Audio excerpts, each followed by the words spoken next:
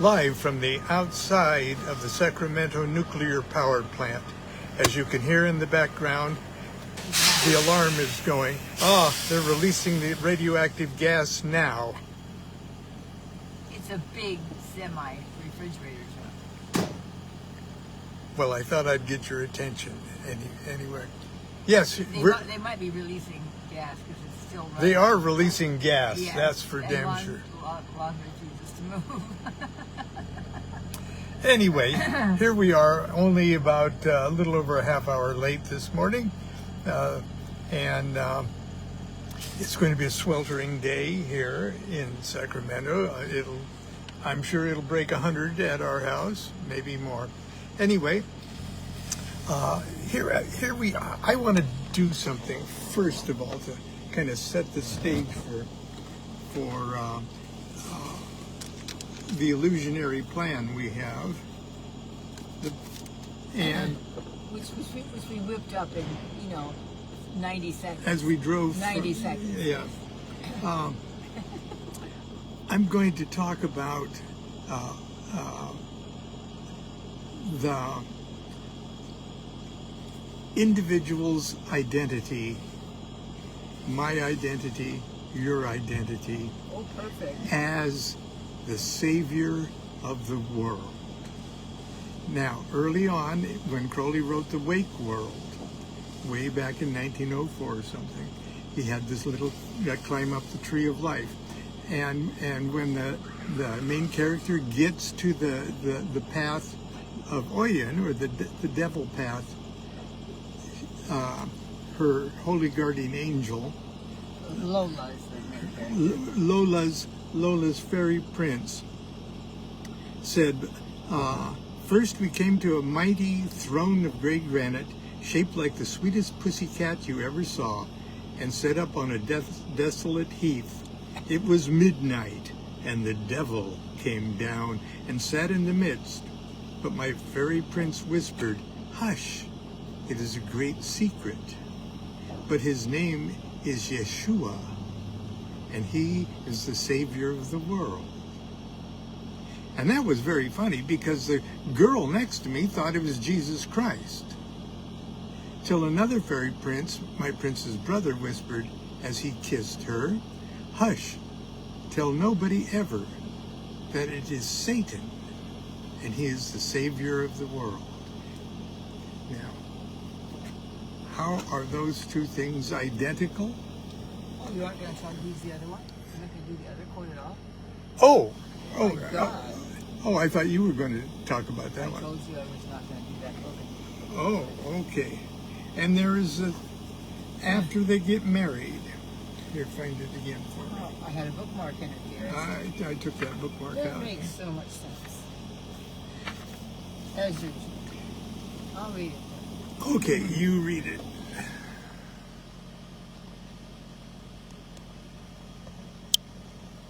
This is in the third chapter of the Wake World. It's the Hanged Man, I believe, correct? Okay. Yes, it's right after. It's the Hanged Man. Okay. With the leg upside down. Because he's sacrificed, yes. But I think that's what this is. This is aqua. Yeah. I don't know what that means. Water. Well, I do know what that means. I do know what that means, yes. To go through, because this is it's like as if you're going up the tree of life, and there's tunnels and things, so that's why it's through. To go through the first, you must be painted all over with blood up to your waist, and you cross your legs, and then they put a rope around one ankle and swing you off. I had such a pretty white petticoat on, and my prince said I looked just like a white pyramid with a huge red cross on top of it, which made me ever so glad, because now I knew I should be the savior of the world, which is what one wants to be, isn't it? Which is what one wants to be, isn't it? Okay. Now, Here, just put it down. I kind of want to mention, wow, I've been thinking about this forever. Because, Uh-oh. well, no. Okay. I think little Catholic children all, we hear saint stories. Anyway, we did in my day. In my day. Back in my day. And I thought, well, I guess we should all be saints. I mean, what do you want to look forward to, we should all be saints. How hard could it be? Except that most of them were martyred, but they were martyred by the church, so so it all comes out in the wash. I don't know. But anyway, and then you read anything about Buddhism, Well, say, we're all, your job is to become a Buddha. That's right. Your job is to cease the suffering of all sentient beings, and maybe not sentient beings, just you're the savior of the world. In other words, the light of the world, which I will put in the same thing. So that's my paper. So and of course everything I read now, forever has been, everything says the same thing. Why your job is to be the savior of the world. And I'm thinking, why are we all thinking we're such? Reminds me of Richard Scarry, Busy Town. Why are we all thinking we're such lowly worms? To want to be a little, yeah. Why do we think we're not? I'm a lowly worm. I want to be just a little bit a higher lowly worm. Why do we think that's I want to be a rock star. I want to be a. That's because we have to do something. Yeah. Instead of just taking, we think we have to add something to us because we're not worthy. Instead of, we're already perfect and have everything. All we have to do is undo the crap that we've added to us, unpeel our mask of not being the savior of the world, and under it we are the savior of the world. We think we're not, because we don't want to do that work. And it's not that awareness of something, or I never will remember that. I can't forget the time. Is mastery of a subject? No, you still have to, but it's mastery of undoing, not a mastery of doing. Because, what does the Tao Te Ching says? Do nothing, and nothing is left undone. Yeah. It's a mastery. What is it? It's a mastery of undoing. So, and I'm reading Course in Miracles, which of course eventually says in the lessons, your job is to be the savior of the world. And you do this because, well, first of all, it's your will, and doing your will is the only thing that's going to make you happy. And your will is to be happy. Now, if anybody's going to argue with that, I find that hard. I'll just say, that's channeled material, and I'm fine with that. That's my will to be happy. But then they will say, well, they'll tell you how to undo it, and many lessons. But one of them is like, love holds no grievances. Now, that's a word I don't use. Do I have to give up my grievances? Your grievances, and you'll say, well, it's easy. You can think of people you have grievances about, on the news, maybe landlords. If I didn't have middlemen in all businesses. If I didn't have grievances, I might not feel anything. No, but more than likely, your biggest grievances are against people you know and love, and then probably you can, if you're just out in the boot all day, you have grievances small against about everybody. We're holding. Well, I certainly do. Right.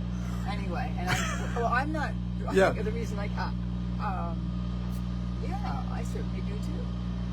So, but your job, is to forgive, which is just laying aside everything that's not true in the situation, which is that. That'll cut you the crap. God, when do that, but I lose my thought. Oh, I'm sorry. I'm not like you, Lon. She waved at us. That's good. Yeah. Anyway, it's to cut through the crap and just lay aside, and do it for a short period of time. Just practice, because you're not going to be able to get rid of your grievances probably in a second because somebody told you it was a good idea. But to let go of your grievances, because your grievances hide the light of the world in you. They're like all these coats that you have over, and underneath you expose yourself, and it's the light of the world. I can picture that. They make you for God, Lon's always the naughty boy.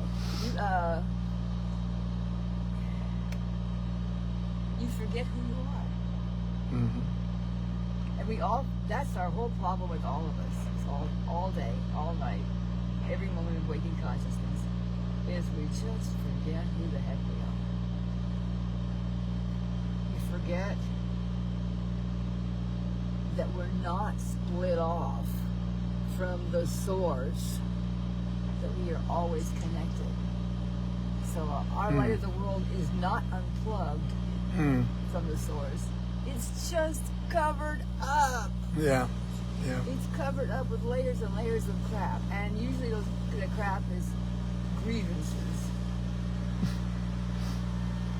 And I haven't been able to talk about this because I'm having trouble even starting to let go of the grievances. You're so burdened under an avalanche of grievances. Yes, and I can't remember at all who I am. Yes.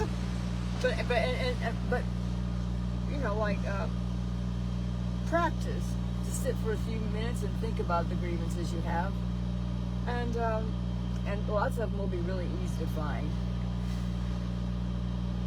And others you got to dig out. And others you got to dig. And if you practice for just a couple minutes every day, especially in the beginning of the day, you'll start noticing them as you go along through the day. Then you realize a lot of stuff. Nobody can hurt you. At least the light of the world in you. They can hurt your feelings. They can hurt your body.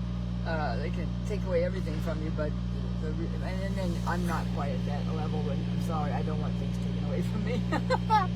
Oh, a beautiful dragonfly! Get out the window, please. I'm gonna die in here. Of course, you might die out there too. Well, that's a little. No. So is it out now? Yeah, it's out. Excuse me. He was telling you to roll down your window line and suffocating. Okay. All right. Anyway. Now. So I'm just gonna, try it as an exercise for a while until you start noticing grievances that you have, and you can. After a while, you just think, this is too much trouble to carry this around with me. I don't want to feel like this. And if I don't want to, if mostly you can say, well, maybe be selfish about it. Well, yeah. Maybe you can't say, I want to be the savior of the world yet. But you can say, I don't want to feel like this. I don't want to feel like this.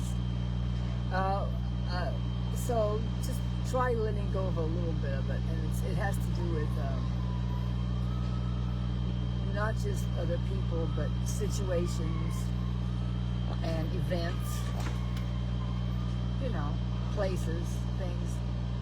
I have trouble with places.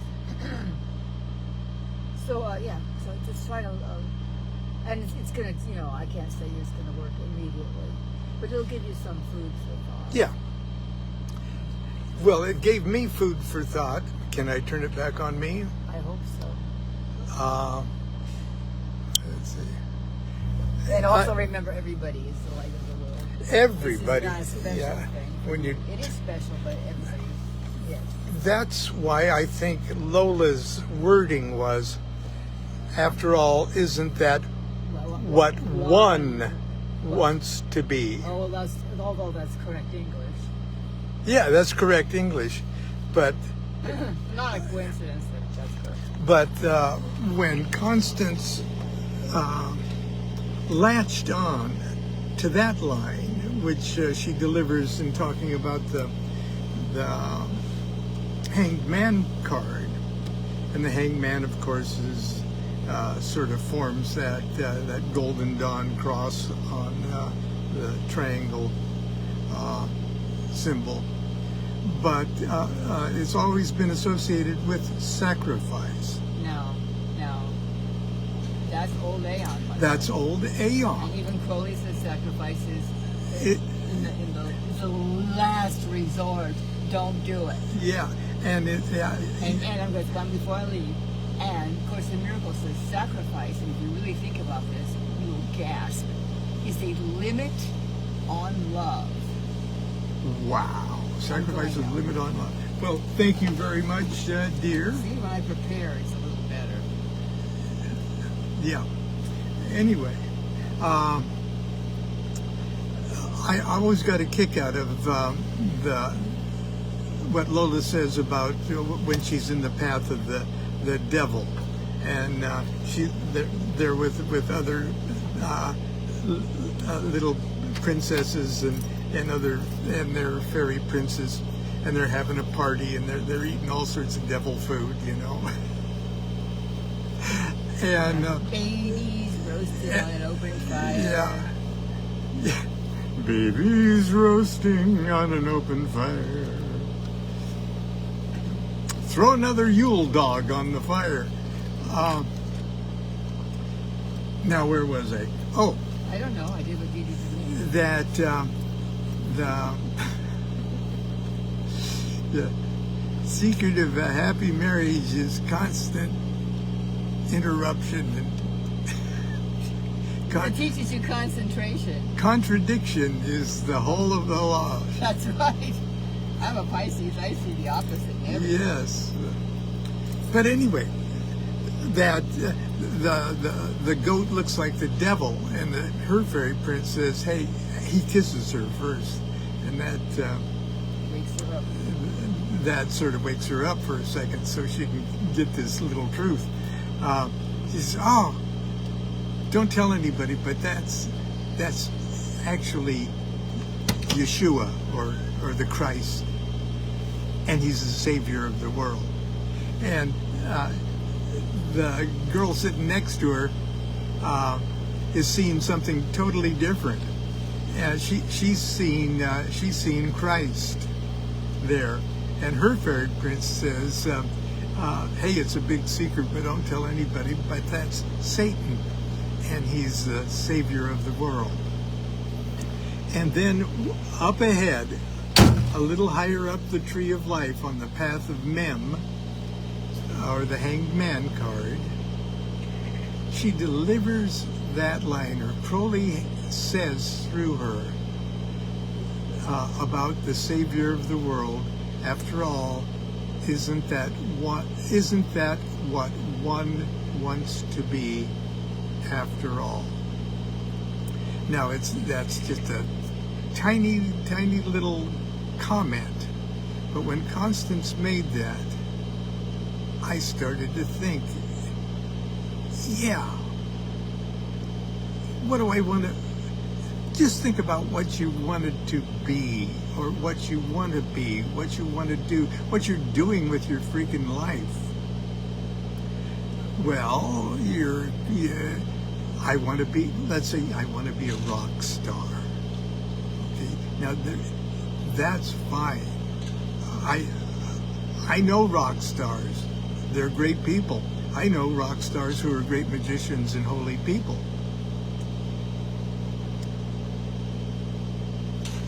But their holiness is not completely invested in their being a rock star. As long as you think that you are fulfilling your will by being a rock star or a politician or a general or someone should be asking you, fine, you'll make a good one, but why? Why? Ultimately, why do you want to do that? And then you probably expand that and says, Well, I want to do that so I can take care of my family and loved ones, and live comfortably, and so we can all have fun, so we can. Okay, yes, that's fine. I hope you can do that. Go for it. But why? Well, and then you're forced to say why you want to do that. And eventually you will get to a place, no matter how, if you're honest with yourself, no matter how selfish or evil you think you are, if you keep honestly asking yourself, why do I want to do that? Ultimately, you hit, I just want to be the savior of the world. And when that finally hits, when that finally sinks in, that that's ultimately what you want, at least at that level of consciousness, everything smooths out. All boundaries disappear. You become the center, at least in your imagination, of the smooth point with no boundaries. Okay?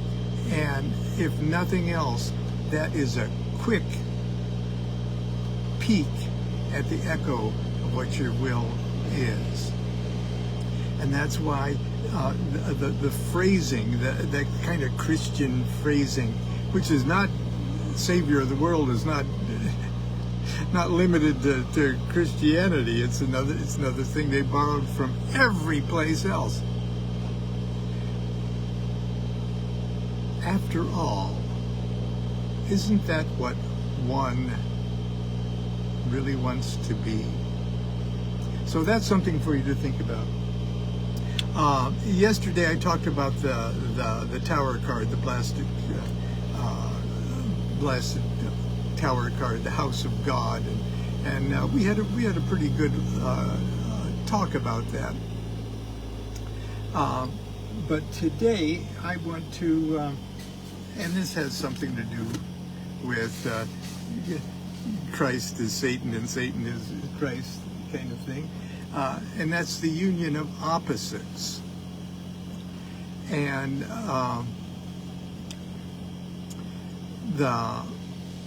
above the abyss, what the Kabbalists call the abyss, and what kind of modern Kabbalists use this diagram called the tree of life. And the first three emanations are called the supernal triad, and they are, as it termed, above an abyss. They aren't even there. They're just the potential of there. They aren't even 1, 2, and 3, as I always say. They're just one thinking about itself. And down here below the abyss, there is duality. Okay, and I think, let's see, but above the abyss, there is no duality. Can you think about that? Can you think about no duality? Well, it's really hard. And if you were honest with yourself, you really can't think about non-duality. You can't think about either or. You can't think about observer and observed. Because thinking ends just between the abyss and the rest of the tree. And that's what they mistakenly call a false Sephirah Da'ath. And I've got a message here on my phone, so I hope I'm still broadcasting. Because you can't think your way into a non-duality point of perception, because it's still you perceiving something that's being perceived. So the idea is to do what you can while you're still down here in duality, down here thinking, to set yourself up. Uh-oh, I think my camera just went out on me. Hang on. Are we to see? Add effects using hand gestures. No, don't. It's giving me little hints of what I can do with my thing. Okay. So,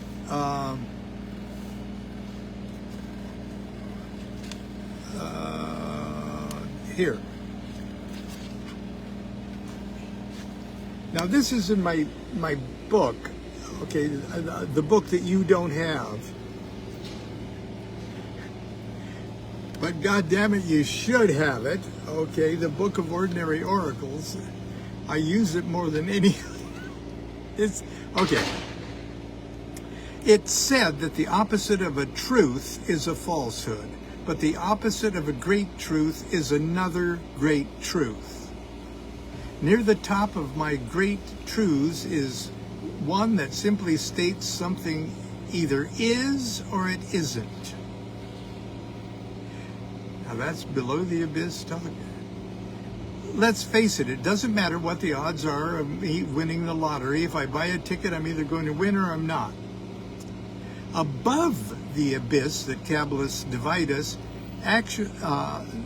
divides the actual universe from its ideal source, broods an infinitely smooth environment of consciousness where all opposites are reconciled.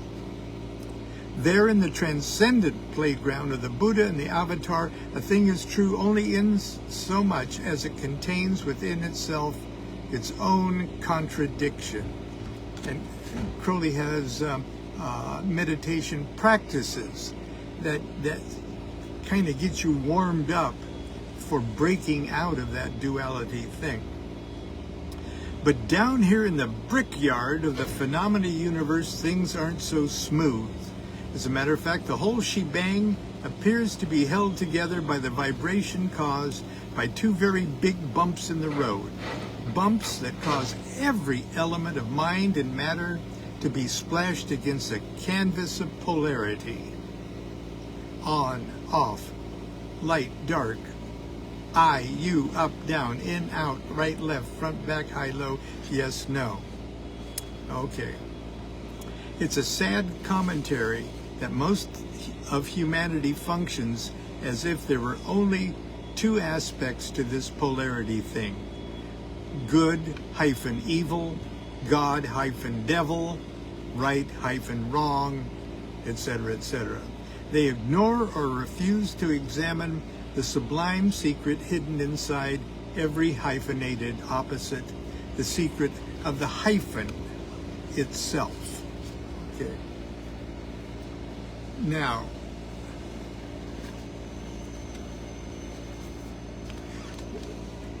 several of Crowley's exercises are for you to,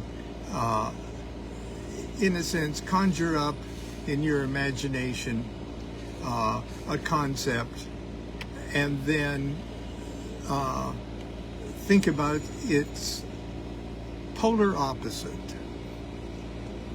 and meditate on those two until you at least intuitively sense how they are one and the same thing. I guess that's the fastest way for me to